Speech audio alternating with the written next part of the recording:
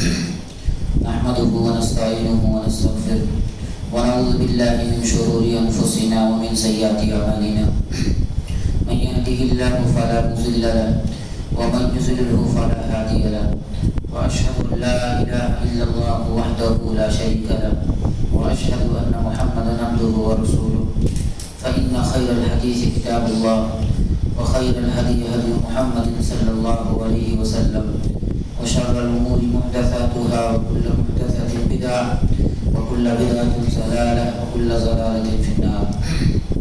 أعوذ بالله السميع العليم من الشيطان الرجيم. بسم الله الرحمن الرحيم.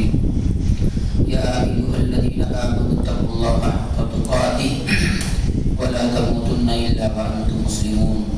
يا أيها الناس اتقوا ربكم الذي خلقكم من نفس واحدة وخلق منها زوجها وبث منهما رجالا كثيرا ونساء واتقوا الله الذي تساءلون به والأرحام إن الله كان عليكم رقيبا. يا أيها الذين آمنوا اتقوا الله وقولوا قولا سديدا يصلح لكم أعمالكم ويغفر لكم ذنوبكم ومن يطع الله ورسوله فقد فاز فوزا عظيما. رب اشرح لي صدري ويسر لي أمري واحلل عقدة من لساني يفقهوا قولي قولي سبحانك لا علم لنا إلا ما علمتنا إنك أنت العليم الحكيم. دینی بھائیوں، میرے اپنے بزرگوں، نوجوانوں اور حاضرین جمعہ، تمام قسم کی تعریف و توصیف، حمد و ثنا اللہ رب العالمین کے لیے ہے. درود و سلام و تمام انبیاء، خصوصاً آخر محمد صلی اللہ علیہ وسلم پر اللہم صلی علی محمد وعلی آل محمد کما صلیت علی ابراہیم وعلی آل ابراہیم انک حمید مجید.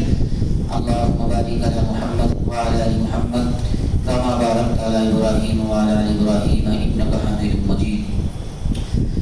دینی بھائیوں، یہ رمضان کا مہینہ چل رہا ہے اور رمضان کے اس مبارک مہینے سے کچھ ایام ہم سے رخصت ہو چکے ہیں اور کچھ ہی ایام بچے ہیں.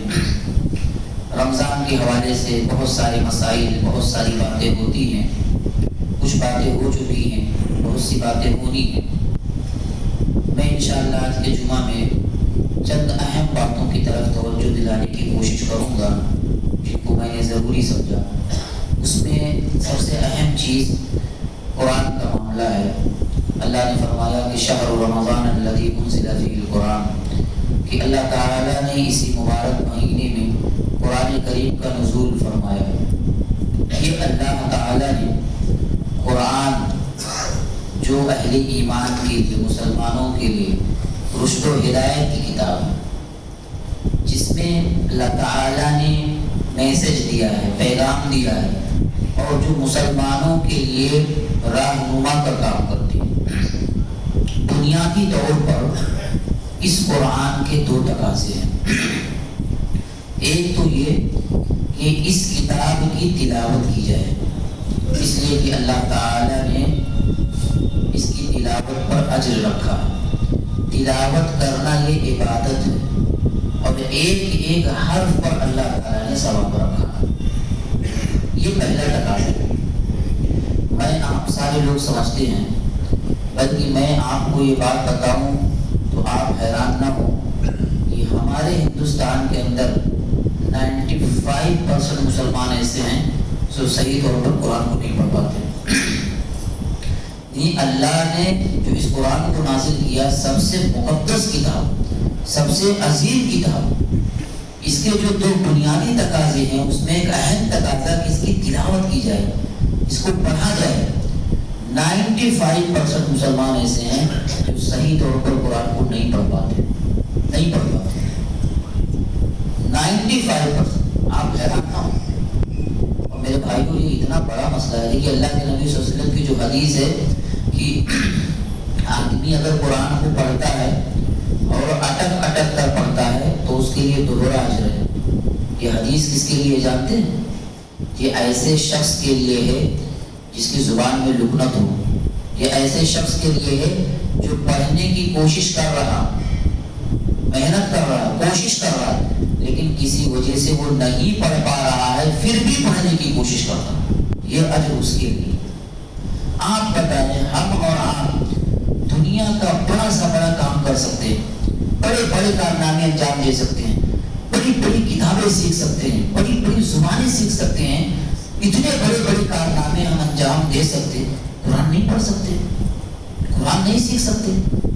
تو ایک تو ہم نے سیکھا نہیں، جانا نہیں، اور الٹا سیدھا جیسا سمجھ میں آئے ویسا پڑھیں اور ہم یہ سوچیں کہ اللہ تعالیٰ دوہرا اجر دیں گے، یہ ٹھیک نہیں۔ بلکہ بعض لوگوں کا قرآن پڑھنا، اللہ کی پناہ، رمضان میں کبھی مسجد میں بیٹھے رہتا ہوں، کچھ لوگ قرآن پڑھتے ہیں، آواز کانوں سے ٹکراتی ہے، اتنی تکلیف ہوتی ہے جیسے کوئی سر پر ہتھوڑا مار رہا ہے، پتہ نہیں کیا کیا پڑھتے رہتے ہیں، کیا معلوم کیا کیا پڑھتے رہتے ہیں، کہیں بھی کھینچ رہے ہیں، کوئی بھی لفظ کچھ بھی کیسا بھی پڑھ رہے ہیں۔ یہ قرآن کا مذاق ہے، یہ قرآن کی توہین ہے میرے بھائی۔ تجوید کا ٹھیک ہونا، کما حق کہو پڑھنا جیسا حق ہے، یہ انتہائی ضروری ہے۔ کھینچنے کا معاملہ جیسے خلقنا، اللہ نے کہا کہ ہم نے پیدا کیا، اس کو تھوڑا آپ نے کم کر دیا، خلقنا مطلب ان سب عورتوں نے پیدا کیا، کتنا بڑا گناہ ہے بتائیے، کتنا بڑا مطلب معاملہ، معنی کہاں سے کہاں ہو جاتا ہے نا۔ اللہ نے قلب، قلب کے معنی ہوتا ہے دل، اور کسی نے اس کو قلب پڑھ دیا، معمولی فرق، قلب اور قلب، ایک کے معنی ہوا دل اور ایک کے معنی ہو گیا کتا۔ آپ بتائیں مسلمانوں کی اتنی بڑی جماعت اگر قرآن کی تلاوت سے دور ہو، صحیح طور پر قرآن پڑھنا نہ آئے، تو یہ قوم کیا کرے گی، کیا کر سکتی ہے؟ قرآن کا جو دوسرا تقاضا ہے وہ یہ کہ قرآن پر عمل کیا جائے، قرآن کو سمجھنے کی کوشش کی جائے، اور اللہ نے جو کہ یہ ہمارے لیے رہنما ہے، ہمیں زندگی کیسے گزارنی ہے، ہمیں جینا کیسے ہے، ہمیں کرنا کیا ہے، اللہ نے اس میں سب کچھ بتایا، تو اس کو سمجھنا ہے اور اس پر عمل کرنا ہے، اس کے مطابق چلنا ہے۔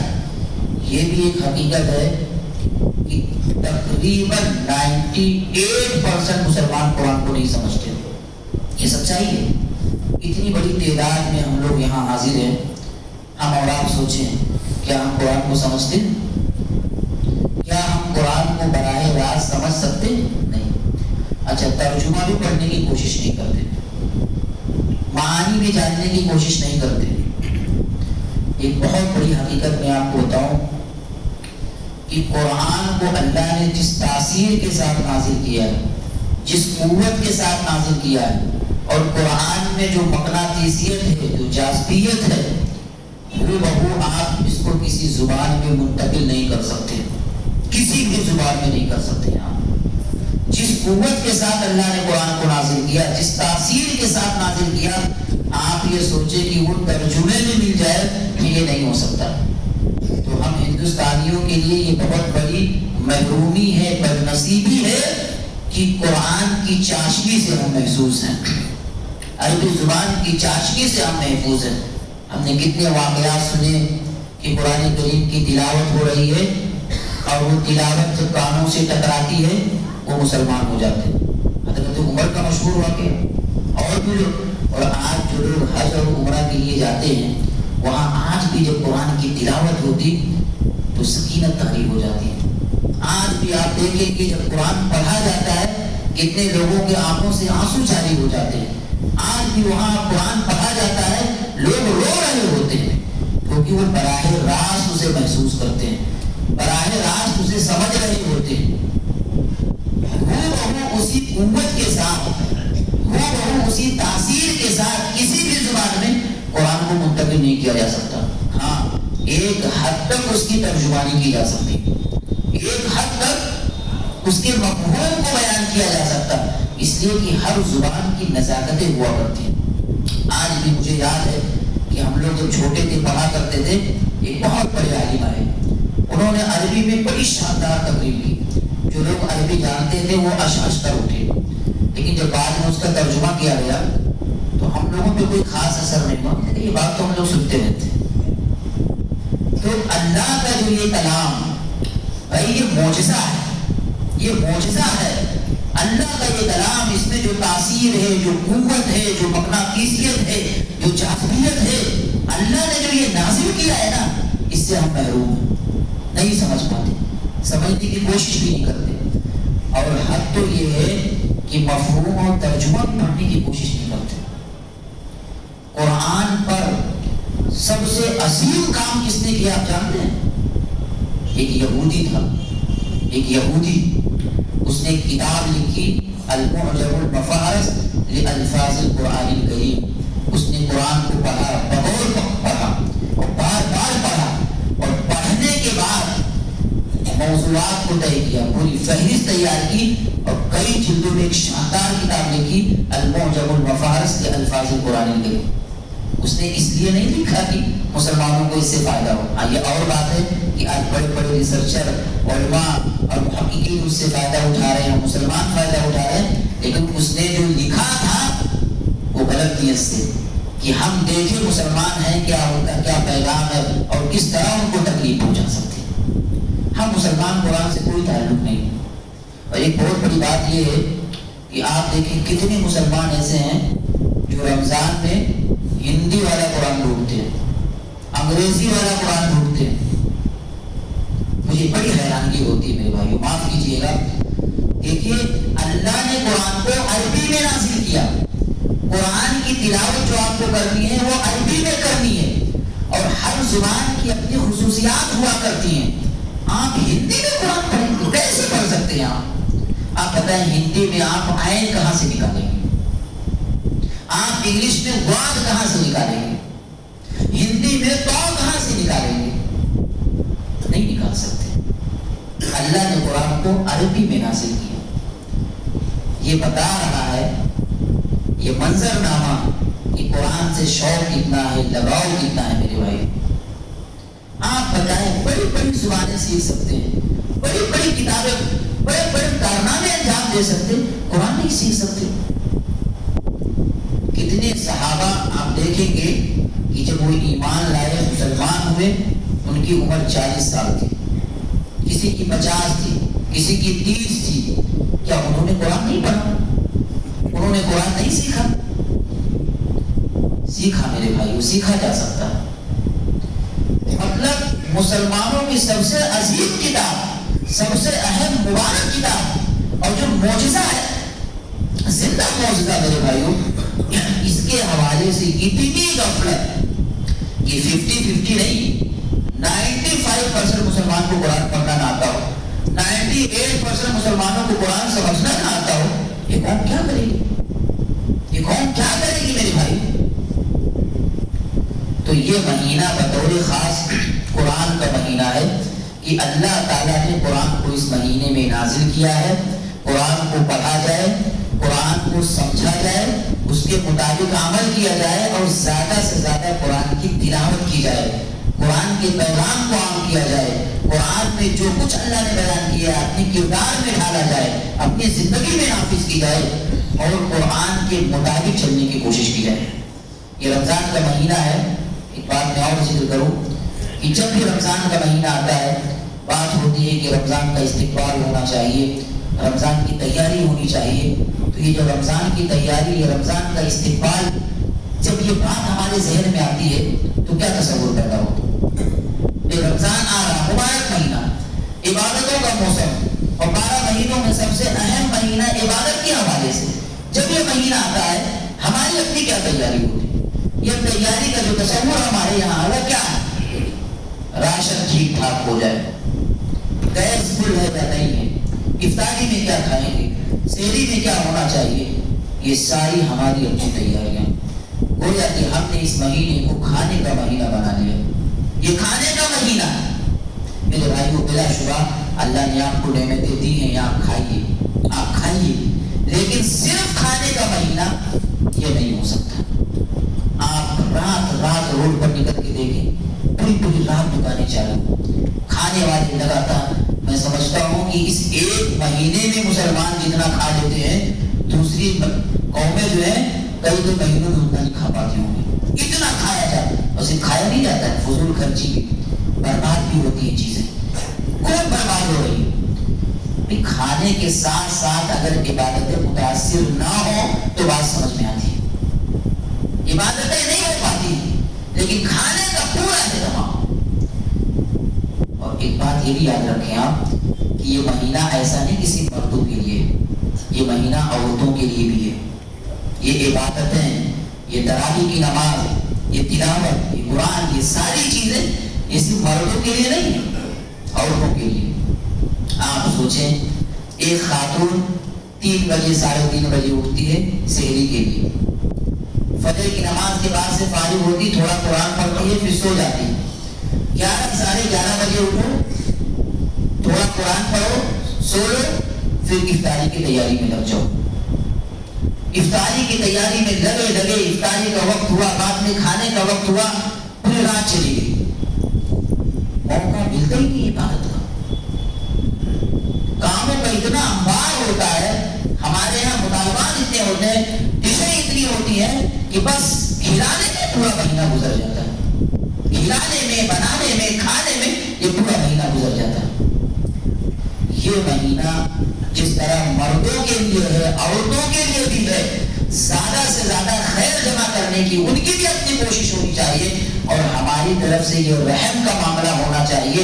کم کھائیں گے چلے گا، ان کی عبادتیں متاثر نہ ہوں۔ اور عورتیں تو ویسے ہی محروم ہیں، ان کی معذوریاں اتنی ہیں، کمزوریاں اتنی ہیں، ہمیشہ نماز نہیں پڑھ پاتی، قرآن نہیں پڑھ پاتی، بچوں کا معاملہ ہے، عقل کی کمی بھی ہے، ناشکری بھی ہے، بہت ساری چیزیں۔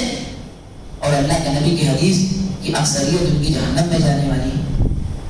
اور ایک دوسری دجال کے تعلق سے کہ دجال کے فتنوں کا جو شکار ہوں گی عورتیں بڑی تعداد میں ہوں گی، تو ان کو تو اور زیادہ موقع دینے کی ضرورت ہے کہ وہ اللہ سے جڑیں، دین سے جڑیں، اسلام سے جڑیں۔ اچھا، ایک بہت بڑا مسئلہ یہ بھی ہے کہ رمضان میں جو ہم تراویح کا اہتمام کرتے ہیں، ایک تراویح کی نماز یہ کسی مردوں کے لیے ہے، یہ عورتوں کے لیے بھی ہے۔ یہ تراویح کی عبادت اللہ کے نبی نے بیان فرمایا، من کان ایمانا و احتسابا غفر له ما تقدم من ذنبه، جس نے ایمان اور احتساب کے ساتھ قیام کیا، اللہ تعالیٰ ایک اس کے پچھلے گناہ معاف کر دیتے ہیں۔ یہ کتنا بڑا شرف ہے۔ اور ایک دوسری روایت میں آپ نے بیان فرمایا کہ جو امام کے ساتھ قیام کرے یہاں تک کہ اس سے فارغ ہو جائے تو پوری رات اسے قیام کا ثواب ملتا ہے۔ اتنی بڑی فضیلت اور بے شمار روایتیں ہیں، اس کے علاوہ بھی بہت سارے۔ میں کہتا ہوں یہ خیر، یہ فضیلت کیا عورتوں کو اس سے محروم رکھا جائے گا؟ آج بھی کتنے گاؤں دیہات ایسے ہیں کہ پورا کا پورا گاؤں اہل حدیث ہے لیکن عورتوں کے لیے انتظام نہیں ہے۔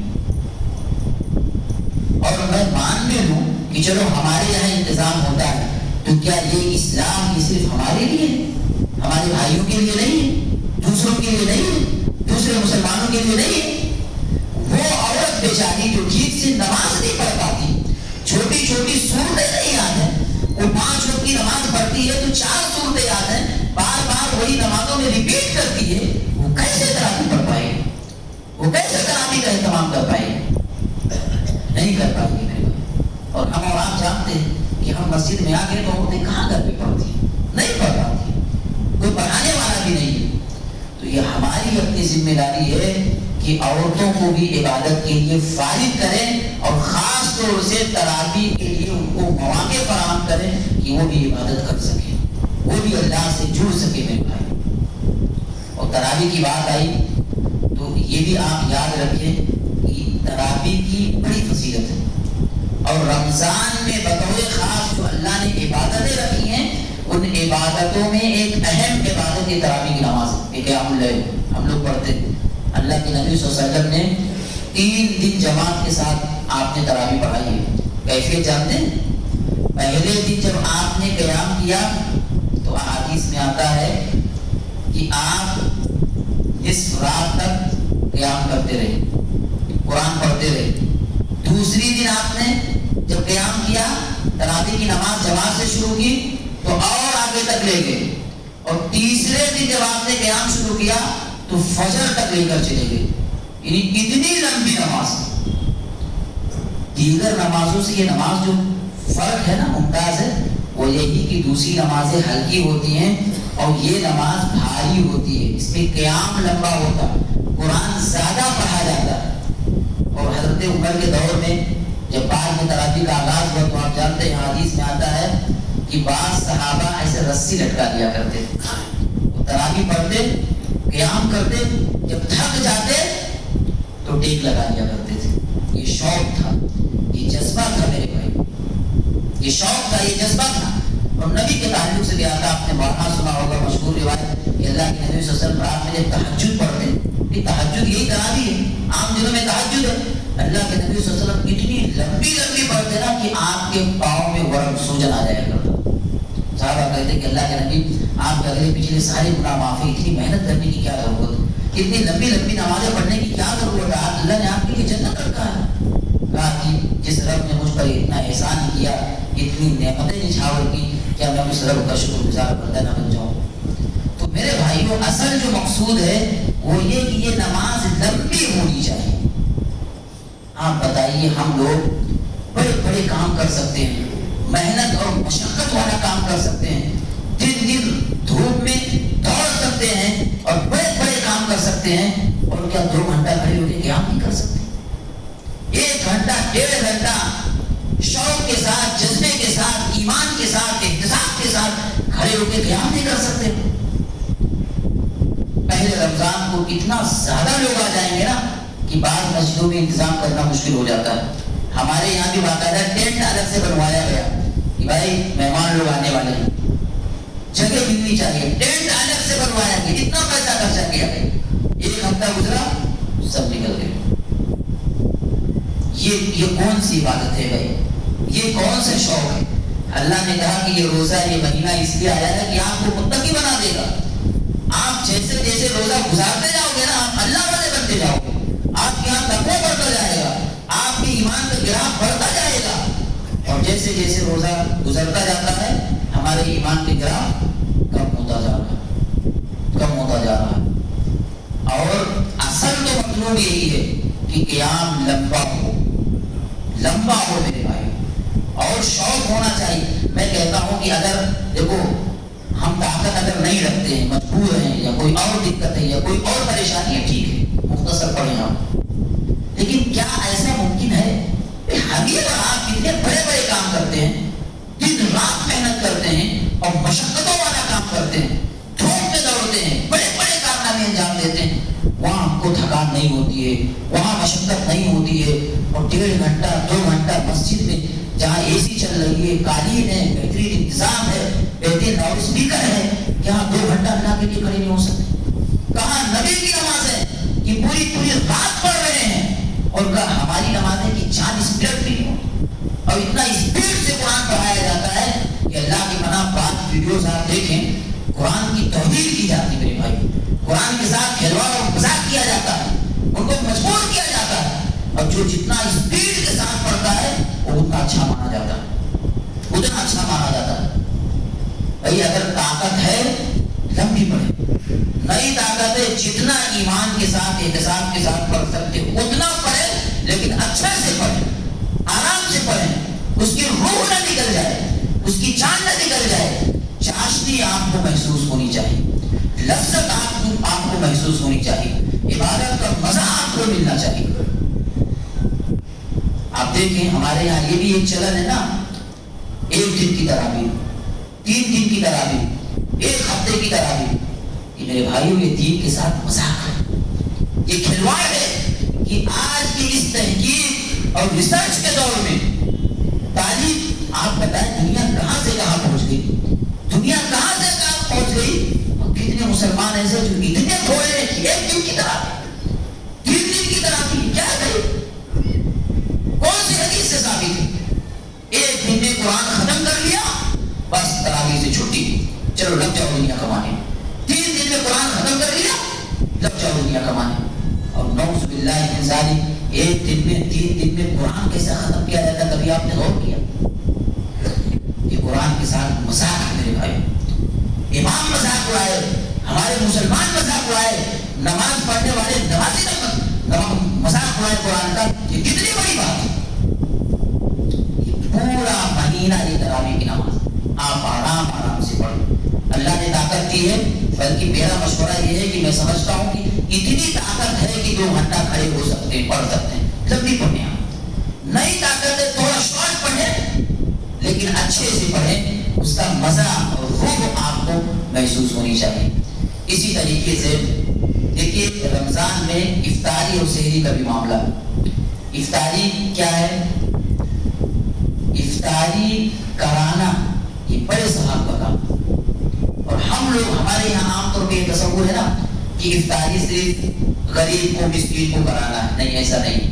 اللہ کے نبی صلی اللہ علیہ وسلم کی جو حدیث آپ نے بیان فرمایا کہ اگر کسی کو افطاری کرائی جاتی ہے تو اس کو روزے کا جو ثواب ملتا ہے یہ مطلق ہے، یہ عام ہے، یہ سب کے لیے ٹھیک ہے۔ اگر آپ کوئی غریب ہے، مستحق ہے، انتظام نہیں، آپ کراؤ گے، ایک تو افطاری کرانے کا ثواب، مدد کا ثواب، ٹھیک ہے وہ بھی۔ لیکن اگر ہمارا کوئی اپنا رشتہ دار ہے، دوست احباب ہے، اگر آپ ان کو بھی افطاری کراتے ہو، ایک تو افطاری کا پورا ثواب، دوسرا یہ کہ رشتہ جوڑنے کا ثواب۔ تو یہ بہت سے لوگ یہ سمجھتے ہیں، غلط فہمی میں ہوتے ہیں کہ نہیں صرف غریبوں کو کھلانا ہے، ایسا نہیں ہے۔ یہ دعوت اور یہ ثواب یہ سب کے لیے، آپ غریبوں کو بھی افطاری کی دعوت دیں، اپنے رشتے داروں کو بھی دیں، دوست احباب کے ساتھ بھی کریں، اور ان کو بھی آپ کھلانے کی کوشش کریں، یہ سب کے ساتھ آپ۔ اور اسی کے ساتھ ساتھ ہمارے یہاں یہ افراط و تفریح کا معاملہ ہے کہ ایک طبقہ ایسا ہے کہ افطاری کا وقت ہو گیا، یقین ہو گیا، پھر کوئی افطاری نہیں کرتا، بلکہ احتیاط کے نام پر کئی منٹ گزار دیتا، جبکہ اللہ کے نبی صلی اللہ علیہ وسلم کی حدیث یہ ہے، سنت یہ ہے کہ افطاری میں جلدی کی جائے۔ اچھا، افطاری میں جلدی کا یہ بھی مطلب نہیں ہے کہ آپ 1 منٹ پہلے ہی کریں، یہ بھی غلط۔ یقین ہونا چاہیے، آپ کے یہاں یقین ہونا چاہیے کہ جو ہی ٹائم ہو گیا، ٹائم ہونے کا یقین ہو گیا، اب بلا وجہ انتظار نہیں کرنا۔ تو ہو سکتا ہے گھڑی ہماری ٹھیک نہ ہو یا کوئی اور معاملہ ہو، تذبذب شک کا معاملہ ہے، آپ شک کے پیچھے نہیں چلیں گے، یقین ہونا چاہیے۔ ہمارے یہاں بہت سے لوگ غلطی کرتے کہ بس لے کے بیٹھے رہیں گے، فٹاک سے شروع، اتنا جلدی بھی نہیں بھائی، یقین ہونا چاہیے، یقین کے ساتھ ٹائم ہو گیا آپ افطاری کر لو، ٹائم کا یقین ہو گیا، آپ کو رکنا نہیں ہے۔ اور یہی معاملہ سحری کا ہے، اور سحری کے حوالے سے جو ایک بات میں آپ کو بتانا چاہتا ہوں، سحری میں آپ کو تاخیر کرنی ہے۔ تاخیر کا یہ مطلب نہیں ہے کہ اذان ہو گئی آپ کھاتے ہو، یہ مطلب نہیں۔ تاخیر کا یہ مطلب ہے کہ ایسا نہ ہو کہ آدھی رات آپ کھا کر چھوڑ دیں۔ تاخیر کا مطلب یہ ہے کہ جو آخری وقت ہے اس وقت آپ کو کھانا ہے، اس وقت کھانا ہے۔ اور اللہ کے نبی صلی اللہ علیہ وسلم کی جو حدیث ہے نا اذان والی، اس کا معاملہ یہ ہے کہ آپ کھا رہے ہیں، کھاتے ہوئے اچانک اذان ہو گئی، ہاتھ میں ہے تو اس کو آپ فنش کر دو۔ آج بھی کتنے گاؤں دیہات ایسے ہیں، یا ہمارے یو پی والے میں نے بارہا دیکھا، اپنے گھر میں بھی ٹوکتے رہتا ہوں کہ جب اذان ہوتی نا تو دوڑتے ہیں پانی پینے کے لیے۔ یہ کیا تماشا ہے بھائی؟ ابھی تک بیٹھے ہیں آپ، اذان ہونے لگی گئے ہیں پانی لینے کے لیے، یہ غلط طریقہ ہے بھائی، یہ غلط طریقہ ہے۔ ایک طبقہ ایسا ہے جو 5 منٹ پہلے اعلان کر دیتا ہے کہ نہیں بند کرو، اور ایک طبقہ ایسا ہے کہ اذان ہو رہی ہے اور وہ جا رہا ہے پانی پینے کے لیے، یہ طریقہ بھی غلط ہے۔ سنت یہ ہے کہ آپ آخری وقت میں سحری کرنے کی کوشش کریں، یعنی 3 بجے 4 بجے یا 12-1 بجے ہی کھا کے نہ بیٹھ جائیں، بلکہ آخری وقت جو ہے اذان سے پہلے والا اس وقت آپ کھائیں، تاخیر سے کھائیں، اور کھانے کے بعد آپ فارغ ہو جائیں، آگے آپ نماز پڑھیں۔ اور اسی طریقے سے رمضان کے مہینے میں بطور خاص ہم لوگ زکوٰۃ نکالتے ہیں۔ زکوٰۃ ایک اہم دینی فریضہ ہے، زکوٰۃ۔ لیکن زکوٰۃ کے حوالے سے میں آپ کو بتاؤں کہ قرآن میں اللہ نے جہاں بھی زکوٰۃ کا لفظ استعمال کیا ہے، عام طور پر وہ نفلی زکوٰۃ ہے، وہ نفلی صدقہ ہے، وہ نفلی صدقہ ہے، یعنی جو فرض زکوٰۃ ہے وہ تو آپ کو نکالنا ہی نکالنا، وہ آپ کا ہے ہی نہیں، وہ نکالنا ہے آپ کو، لیکن اس کے ساتھ ساتھ نفلی صدقہ، نفلی زکوٰۃ بھی آپ کو نکالنا۔ جب بھی جہاں بھی دین کی ضرورت ہو، مدرسوں کی ضرورت ہو، یا کسی کی بھی ضرورت ہو، خیر کا کام ہو، آپ کو وہاں کھڑے رہنا چاہیے. اور زکوٰۃ کا جو معاملہ اللہ کی پناہ، میں سمجھتا ہوں کہ اگر یہ قوم صحیح طور پر اگر زکوٰۃ نکال دینا بہت سے معاملات ختم ہو جاتے. نہیں نکالتے لوگ.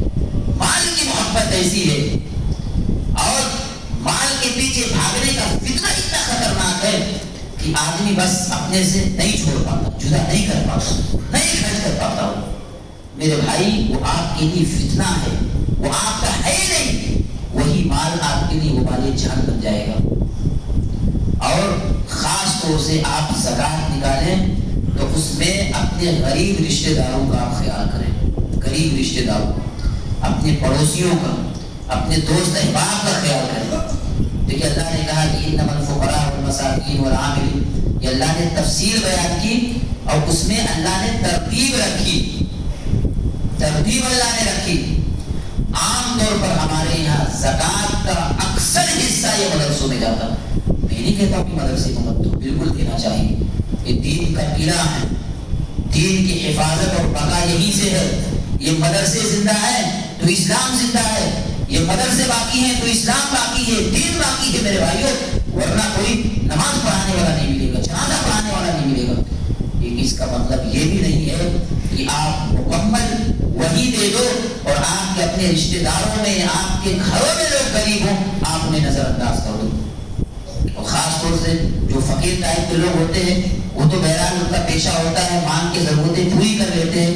لیکن جو مسکین ٹائپ کے لوگ ہوتے ہیں نا، وہ بڑے خوددار ہوتے ہیں. ایسے لوگوں کو آپ کو تلاش کر کے دینا ہوگا، ڈھونڈ کر دینا ہوگا اور بہانوں سے دینا ہوگا تاکہ وہ ایکسپٹ کر لے. قرآن میں سورۃ کہف میں اللہ نے جو مسکین کا تذکرہ کیا وہ کشتی والے. آپ سوچیں کہ ان کے پاس کشتی تھی، کشتی کمایا کرتے تھے، اس کے باوجود بھی اللہ نے ان کو مسکین کہا. علماء نے کہا کہ ایسا شخص جس کا کاروبار بھی ہے نا، لیکن کاروبار ایسا ہے کہ اس سے گھر کی ضرورتیں پوری نہیں ہو پا رہی ہیں، وہ بھی مسکین ہے، وہ بھی حقدار ہے. ہم اور آپ اگر غور کریں ہمارے گھر میں کتنے ایسے لوگ ہوں گے، ہمارے اپنے رشتہ دار میں کتنے ایسے لوگ ہوں گے، ہمارے پڑوس میں سے کتنے لوگ ہوں گے، ہماری مسجد میں سے کتنے لوگ ہوں گے. ہمارے خادم صاحب ہو سکتے ہیں، امام صاحب ہو سکتے ہیں. عام طور پر دیکھیں آپ، امام کی بہت زیادہ تنخواہ ہوتی کتنی، 20,000، اس سے زیادہ نہیں ہو سکتی، یا عام طور پر ہوتی نہیں. آپ بتائیں آج کے دور میں 20,000 میں گھر چلتا ہے؟ پیسے کے کر کے گھر تو چل سکتا ہے، لیکن بیماری آئی تو، بچوں کو پڑھانا ہوا تو، بچے کی پیدائش ہوئی تو، کوئی حادثہ ہوا تو ایسا نہیں ہے. ہم لوگ اپنے ارد گرد نہیں دیکھ پاتے ہیں، دور کا ہمیں زیادہ نظر آتا ہے. یہ ہماری اپنی ذمہ داری ہے کہ اللہ نے اگر ہم کو مال دیا ہے، صاحب ثروت بنایا ہے، تو اپنے ارد گرد نگاہ رکھیں، ان کی حفاظت کی ذمہ داری لیں، ان کی ضرورتوں کو پورا کرنے کی کوشش کریں، اور خاص طور سے اپنے گھرانے میں بھی دیکھنے کی کوشش کریں.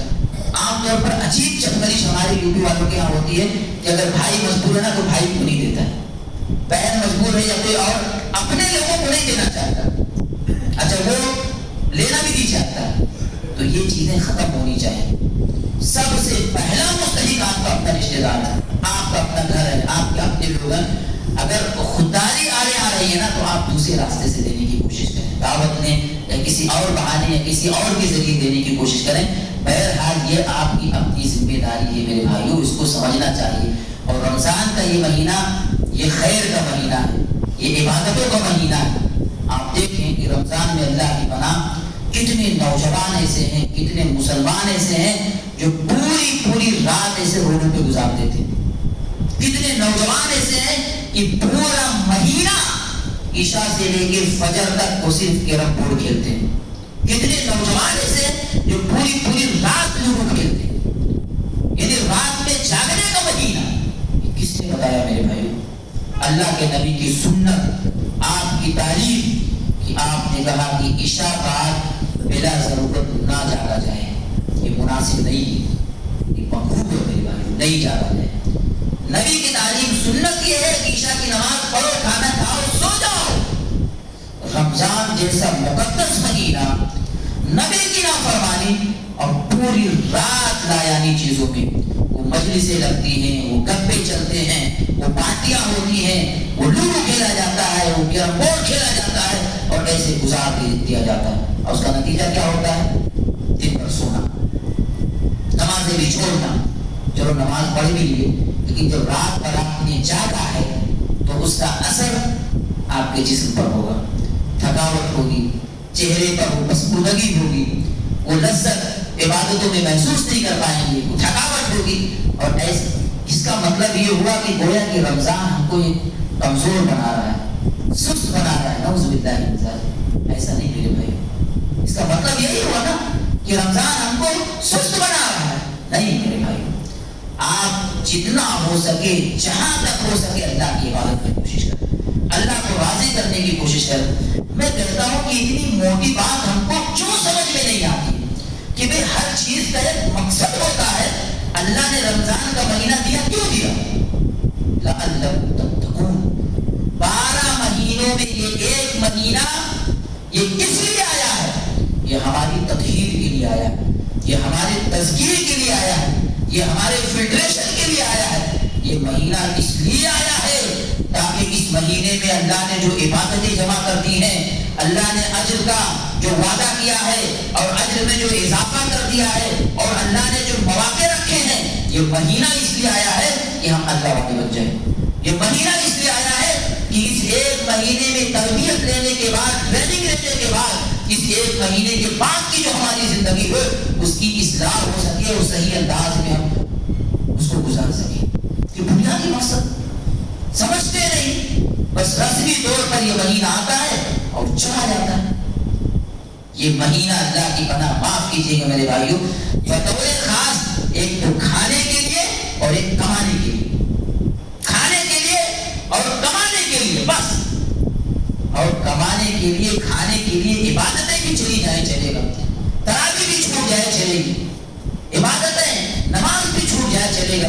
یہاں تک کہ کتنے مسلمان ایسے میرے بھائیوں جو روزہ بھی چھوڑ دیتے، کمانے کے چکر میں روزہ بھی چھوڑ دیتے. میرے بھائی سال کے 12 مہینے پڑے ہیں دنیا کمانے کے لیے، کماتے ہو. اللہ نے اتنا دیا ہے، اتنا دیا میرے بھائیوں کہ میں سمجھتا ہوں کہ اگر اللہ حساب لے لینا تو حساب نہیں لے پاؤ گے. اللہ نے اتنا دیا، اس کے باوجود بھی یہ ایک مہینہ ملا عبادت کرنے کے لیے، یہ ایک مہینہ ملا ہے روحانی چہرہ بنانے کے لیے، یہ ایک مہینہ ملا ہے اللہ والا بننے کے لیے، یہ ایک مہینہ ملا ہے انسان بننے کے لیے کہ تم انسان بن جاؤ.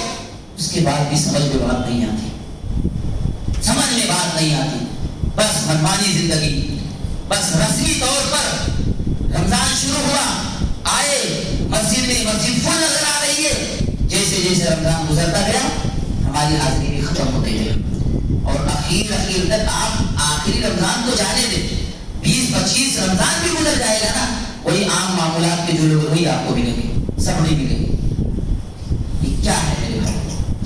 یہ زندگی ختم ہو جائے گی، میں آپ سب ختم ہو جائیں گے، یہ دنیا ختم ہو جائے گی، یہ دولت، یہ بچے کوئی کام کے نہیں میرے بھائی. اصل جو ہمارے کام آنے والا وہ ہماری عبادتیں ہیں، وہ نیکیاں ہیں، وہ اللہ والا جو ہم نے کام کیا، وہ انسانیت نوازی ہے، وہ ذرہ نوازی ہے میرے بھائی. یہ اصل چیز ہمارے کام آنے والی. یہ دنیا، یہ دولت، یہ بنگلے، یہ ساری چیزیں، یہ پراپرٹی سب ختم ہو جائے. آپ ایک آنکھ بند کریں گے نا، سب ختم، سب ختم، کچھ کام آنے والا نہیں. آپ کے ہی اپنے بچے آپ کو جا کر قبر میں سلا کر آ جائیں، دنیا آپ کے لیے ختم، سب ختم. یہ چند روزہ زندگی ہے میرے بھائی. آخرت پر ہمارا ایمان ہے، غیروں کی طرح نہیں. انسان بن جاؤ، اللہ والے بن جاؤ، انسانیت پیدا کرو. آپ دیکھیں، میں ایک موٹی بات میں آپ کو بتاؤں کہ کوئی بھی شخص ہو، چاہے ہمارے اپنے گھر کا کھلا ہو، اگر وہ متکبر ہے، وہ سرکش ہے، وہ غرور اور گھمنڈ والا ہے، ہم اسے پسند نہیں کرتے، کبھی بھی پسند نہیں کرتے، اور کوئی بھی پسند نہیں کرتا. کوئی بھی انسان جو سرکش ہوتا ہے، متکبر ہوتا ہے، گھمنڈی ہوتا ہے، کوئی بھی اسے پسند نہیں کرتا. آپ سوچئے جب میں آپ ایسے شخص کو پسند نہیں کرتے، پھر وہ صفات اگر ہمارے اندر ہوں، ہمیں کون پسند کرے اور کیوں پسند کرے گا؟ اتنی بات کیوں نہیں سمجھ پاتے میرے بھائی؟ اور آپ اپنے اپنے کردار کے ذریعے، اپنے اخلاق کے ذریعے لوگوں کے دلوں پر راج کر سکتے ہیں۔ اخلاق کے ذریعے، کردار کے ذریعے لوگوں کے دلوں پر راج کر سکتے ہیں آپ۔ لیکن اگر اخلاق اچھا نہیں ہے، کردار اچھا نہیں ہے، آپ انسان اچھے نہیں ہیں، تو آپ کے پاس دولت، عہدہ، یہ جو کچھ بھی ہے نا، ذاتی فائدے کے لیے کوئی آپ کے پاس بیٹھ سکتا ہے یا تعلق وابستہ رکھ سکتا ہے، لیکن اگر کمیاں ہیں، تکبر ہے، یہ جو بھی چیزیں ہیں وہ بھی محسوس کرے گا۔ اور کرتے ہیں میرے بھائی، سب کرتے ہیں، کیونکہ وہ دکھنے والی چیز ہے، وہ ایسی چیز ہے جو ہر شخص اس سے نفرت کرتا ہے، ہر کوئی نہیں پسند کرتا اسے۔ اگر آپ کو دلوں پر راج کرنا، لوگوں کے دلوں پر حکومت کرنی ہے، تو اچھا انسان بننا ہوگا۔ اچھا انسان بن جائے آپ، انسانیت نوازی آپ کے یہاں ہے، تو لوگوں کے دلوں پر آپ راج کریں گے۔ ورنہ صبر کے ذریعے، زور کے ذریعے دلوں پر راج نہیں کیا جا سکتا۔ ٹھیک ہے، کوئی آپ کے یہاں کام کرتا ہے، آپ اس کو اپنا تابع بنا سکتے ہو، کام لے سکتے ہو، ڈانٹ سکتے ہو کوئی مجبوری میں، لیکن اس کے دلوں پر راج نہیں کر سکتے میرے بھائی۔ تو انسان بننا سیکھو۔ یہ بڑا، یہ موسم بہار ہے، اس سے اچھا کوئی اور موسم نہیں ہو سکتا اللہ کو راضی کرنے کا، اس سے اچھا کوئی اور موسم نہیں ہو سکتا اللہ کو خوش کرنے کا، اس سے اچھا کوئی اور موسم نہیں ہو سکتا ہے جنت میں جانے کے لیے میرے بھائی، اور جنت جیسے امانت آپ دینے کے لیے۔ اور یہ ہمارے زندگی کا تو بنیادی مقصد ہے، اللہ نے پہلے اس لیے کیا، وما خلقت الجن والانس الا لیعبدون۔ جنت میں جانا، عبادت کرنا، اور عبادتیں کر کے اللہ کو راضی کر کے جنت میں پہنچ جانا، یہی تو مقصد ہے۔ اور یہ مقصد اسی مہینے میں مل رہا ہے۔ اتنا اچھا موقع، سیزن ہے، جانے دے، چھوڑ دے نہیں، یہ بے وقوفی ہوگی میرے بھائی۔ اللہ سے دعا ہے کہ اللہ تعالیٰ ہم کو دین کی صحیح سمجھ عطا فرمائے۔ اللہ سے دعا ہے کہ اللہ تعالیٰ گنہگار ہیں، خطا کار ہیں، پر تیرے بندے اللہ تعالیٰ ہماری مغفرت فرما۔ اللہ تعالیٰ اس مہینے کی قدر کرنے کی توفیق عطا فرما۔ اللہ تعالیٰ جو بھی عبادتیں ہم سے انجام پا رہی ہیں، چاہے وہ قیام ہو، صیام ہو، تلاوت قرآن ہو، یا جو بھی عبادتیں ہوں، اللہ تعالیٰ ان کو قبول فرما۔ اللہ تعالیٰ نے اسلام پر رکھ، اور جب ہماری موت ہو تو ایمان کی حالت میں ہو۔ آمین وآخر دعوانا الحمدللہ رب العالمین۔